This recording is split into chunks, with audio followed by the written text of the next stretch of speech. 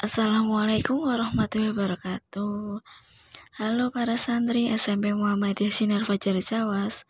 Bagaimana kabar kalian hari ini? Ustazah harap kalian selalu dalam keadaan sehat ya. Dan jangan lupa bahagia. Dalam pembelajaran IPA untuk kelas 7 di semester 2 ini dimulai dari belajar tentang sistem organisasi kehidupan. Sebelum ke materi, Ustazah mau tanya dulu nih. Kalian tahu tidak, donat itu terbuat dari apa? Donat terbuat dari tepung dicampur dengan aneka bahan yang lain sehingga jadilah donat. Sama dengan halnya donat, kita sebagai manusia dan organisme hidup yang lainnya juga mempunyai penyusunnya. Sistem organisasi kehidupan itu terdiri atas tingkat molekuler dan tingkat seluler. Dalam tingkat molekuler meliputi atom, molekul, dan senyawa, dan organel. Sedangkan untuk tingkat seluler itu terdiri dari sel, jaringan, organ, sistem organ, dan organisme. Penyusun dasar makhluk hidup itu adalah sel. Dari sel hingga terbentuknya organisme akan kita bahas sebagai berikut. Berikut adalah alur terbentuknya organisme. Dari sel akan membentuk jaringan, kemudian organ, sistem organ, dan organisme. Kita akan bahas mulai dari sel. Sel merupakan satuan terkecil dari makhluk hidup. Oleh karena itu, sel berada di tingkat rendah dalam organisme kehidupan. Meskipun berada di tingkat terendah, sel mampu menjalankan fungsi kehidupan seperti metabolisme, tumbuh, berkembang, dan melestarikan jenisnya. Sel ditemukan oleh seorang ilmuwan Inggris bernama Robert Hooke tahun 1665 yang mengamati sayatan gabus dari sebuah batang menggunakan mikroskop. Perlu kalian ketahui bahwa makhluk hidup yang memiliki satu sel disebut uniseluler. Misalnya, bakteri, protozoa. Makhluk hidup yang memiliki banyak sel disebut multiseluler. Contohnya, seperti kita manusia, hewan, dan tumbuhan. Sel berdasarkan strukturnya dibagi menjadi dua, yaitu prokariotik dan eukariotik. Struktur sel prokariotik lebih sederhana dibandingkan dengan sel eukariotik. Sel prokariotik tidak memiliki membran inti, maka inti selnya akan tersebar ke dalam sitoplasma. Sel eukariotik memiliki membran inti yang membungkus inti selnya. Dalam sistem 5 kingdom, hanya Monera saja yang memiliki sel prokariotik. Yang lainnya memiliki sel eukariotik, seperti protista, fungi, plantae, dan animalia. Sel tersusun oleh komponen kimiawi, yaitu anorganik dan organik. Anorganik ini terdiri dari air, garam mineral, dan gas, yang semua berasal dari unsur karbon, hidrogen, dan oksigen. Sedangkan yang organik itu terdiri dari karbohidrat, protein, dan lemak. Untuk sel hewan dan tumbuhan juga memiliki perbedaan dan persamaannya. Sel tumbuhan dan hewan memiliki 3 bagian yang sama, yaitu membran sel, inti sel atau nukleus, dan sitoplasma. Membran plasma bersifat semi-permeabel, hanya bisa dilalui oleh zat-zat tertentu. Berfungsi mengatur transportasi zat antar sel, melindungi sel, dan memberi bentuk sel. Inti sel atau nukleus merupakan organel sel terbesar dalam sel eukariotik yang diselubungi oleh membran inti, berfungsi sebagai pengatur segala aktivitas sel, dan di dalamnya terdapat seluruh informasi genetik suatu organisme. Selanjutnya sitoplasma. Sitoplasma berupa cairan sel yang di dalamnya terdapat berbagai organel sel yang terdiri vakuola, berfungsi sebagai tempat keluar masuknya molekul ke dalam sel. Mitokondria berfungsi sebagai tempat pembentukan energi untuk keperluan sel. Ribosom berfungsi sebagai tempat sintesis protein yang ditemukan bebas dalam sitoplasma. Retikulum endoplasma dibagi menjadi dua, yaitu kasar dan halus. Retikulum kasar atau granuler terdapat ribosom yang menempel, sedangkan retikulum endoplasma halus atau agranuler yang tidak terdapat ribosom yang menempel. Badan Golgi berbentuk pipih, tersusun dan berfungsi untuk menghasilkan enzim dan membentuk lisosom. Sementara lisosom berfungsi untuk proses pencernaan sel. Organel sentriol. Sentriol merupakan perkembangan dari sentrosom yang berfungsi untuk melakukan pembelahan sel. Peroksisom berfungsi menghasilkan enzim katalase untuk menguraikan peroksida atau racun. Kloroplas. Organel ini hanya terdapat di tumbuhan yang berfungsi sebagai tempat fotosintesis. Perbedaan antara sel hewan dan sel tumbuhan. Pada sel hewan tidak memiliki dinding sel, sedangkan sel tumbuhan memiliki dinding sel yang kaku. Pada sel hewan tidak terdapat kloroplas, sel tumbuhan terdapat kloroplas. Untuk sel hewan memiliki sentrosom, organel yang berperan dalam pembelahan sel. Ini terletak dekat dengan inti sel, sedangkan pada sel tumbuhan tidak terdapat sentrosom. Pada sel hewan tidak ada vakuola, jikapun ada ukurannya lebih kecil dan jumlahnya lebih sedikit. Pada sel tumbuhan memiliki vakuola lebih besar dan lebih banyak. Pada sel hewan memiliki lisosom, untuk sel tumbuhan tidak memiliki lisosom.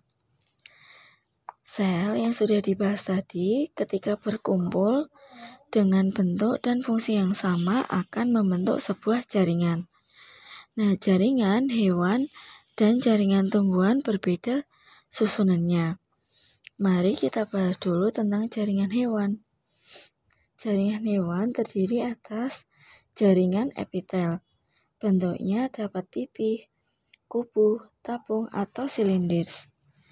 Selanjutnya ada jaringan otot, berfungsi dalam proses pergerakan beberapa bagian tubuh. Ada 3 macam jaringan otot. Ada otot lurik yang letaknya melekat pada rangka. Ada otot jantung, ada juga otot polos. Jaringan pada hewan selanjutnya adalah jaringan saraf, disusun oleh sel saraf atau neuron. Neuron ini terdiri 3 bagian, yaitu badan sel atau siton, dendrit, dan akson atau ekor. Selanjutnya ada jaringan ikat, terdiri dari 3 macam. Jaringan ikat sejati terdiri atas tendon dan ligamen. Jaringan rangka terdiri atas tulang rawan, kartilago, dan tulang keras. Selanjutnya ada jaringan ikat cair, terdiri atas darah dan getah bening atau limfa. Selanjutnya kita bahas tentang jaringan pada tumbuhan. Jaringan pada tumbuhan terdiri atas jaringan meristem dan jaringan permanen. Jaringan meristem adalah jaringan berdinding tipis dan sel-selnya selalu aktif membelah. Jaringan permanen atau jaringan dewasa terdiri atas jaringan epidermis, parenkim, penguat, dan pengangkut. Kumpulan berbagai macam jaringan yang berbeda akan membentuk satu kesatuan, melakukan fungsi kerja tertentu yang disebut dengan organ. Pada hewan dan tumbuhan memiliki organ yang berbeda-beda. Organ pada tumbuhan contohnya daun, batang, dan akar. Misalnya pada organ akar tersusun atas jaringan epidermis, parenkim, sklerenkim, pengangkut, xilem, dan floem, di mana semua jaringan ini bersatu membentuk organ akar, sehingga organ akar dapat melaksanakan fungsinya, seperti menyerap air, unsur hara, dan garam-garam mineral. Selanjutnya tentang organ hewan. Organ hewan tingkat tinggi memiliki banyak kesamaan dengan organ manusia. Berdasarkan letaknya, organ dibagi menjadi dua, yaitu organ dalam terdiri dari jantung, hati, paru-paru, otak, dan ginjal. Dan adapun organ luar seperti mata, telinga, dan hidung. Semua organ ini tersusun atas berbagai jaringan hewan. Contohnya, organ mata tersusun atas jaringan otot, jaringan ikat, dan jaringan saraf. Para santri, berarti kalian sudah tahu ya, berbagai macam jaringan, berbagai macam organ pada tumbuhan, baik pada tumbuhan, hewan, dan manusia. Beberapa organ tersebut akan bekerja sama untuk menjalankan fungsi tertentu membentuk sistem organ.